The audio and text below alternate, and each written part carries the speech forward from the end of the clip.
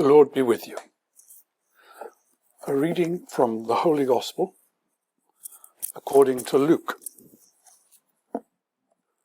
When Jesus had read from the scroll of Isaiah, he gave it back to the attendant and sat down.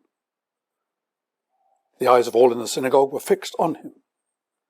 Then he began to say to them, "Today this scripture has been fulfilled in your hearing."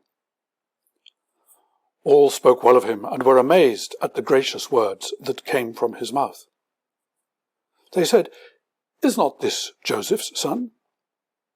He said to them, "Doubtless you will quote to me this proverb, 'Doctor, cure yourself.'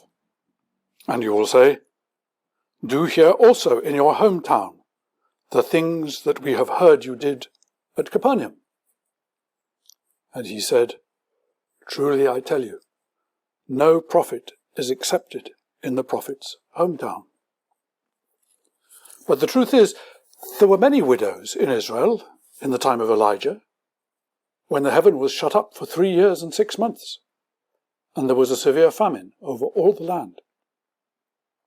Yet Elijah was sent to none of them, except to a widow at Zarephath in Sidon.